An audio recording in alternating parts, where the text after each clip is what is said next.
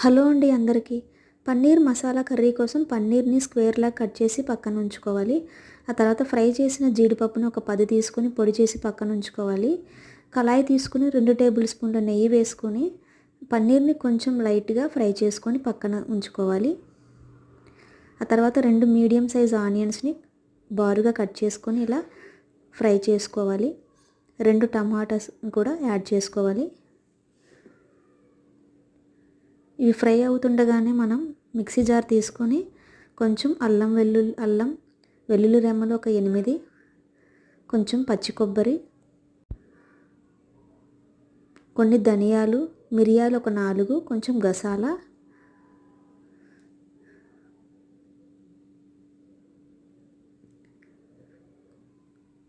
దాల్చిన చెక్క, లవంగాలు 2, యాలుక్కాయ 1 తీసుకోవాలి. మనం ఫ్రై చేసుకున్న టమాటా ఆనియన్ని చల్లార్చుకున్న తర్వాత అవి కూడా మిక్సీ పట్టుకోవాలి.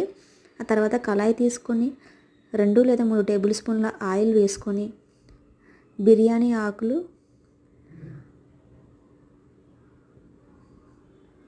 కొంచెం షాజీరా కానీ జీలకర్ర కానీ వేసుకోవాలి.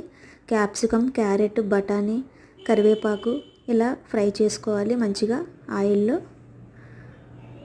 పక్కనే కొన్ని పాలు తీసుకొని ఒక బౌల్లో మనం అది చీజ్ లాగా అయ్యే వరకు వేడి చేసుకోవాలి.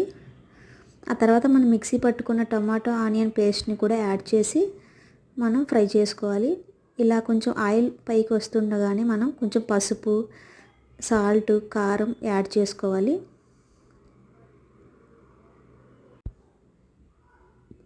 ఆ తర్వాత మనం పౌడర్ చేసి పెట్టుకున్న జీడిపప్పు పొడిని కూడా యాడ్ చేసుకోవాలి.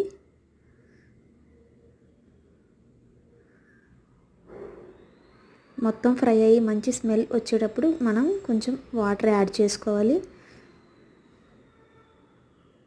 మూత పెట్టుకుని ఒక 10 మినిట్స్ అలా ఉడికించుకున్న తర్వాత మనం పన్నీర్ని కూడా వేసుకోవాలి. కొంచెం కొత్తిమీర, పుదీనా యాడ్ చేసుకోవాలి. మనం మరిగించుకున్న పాలని కూడా మనం అది వేసుకోవాలి. చాలా బాగుంటుంది, టేస్ట్ కమ్మగా ఉంటుంది. అది చీజ్ లాగా వస్తుందన్నమాట. ఇంట్లో ప్రిపేర్ చేసిన చీజ్ లాగా టేస్ట్ ఉంటుంది. అంతే అండి, ఎంతో ఈజీగా టేస్టీగా ఉండే పన్నీర్ మసాలా కర్రీ రెడీ అయిపోతుంది. ఇది బిర్యానీలోకి కానీ, చపాతీలోకి, రోటీస్లోకి, పుల్కాలోకి చాలా బాగుంటుంది. మీరు ట్రై చేయండి.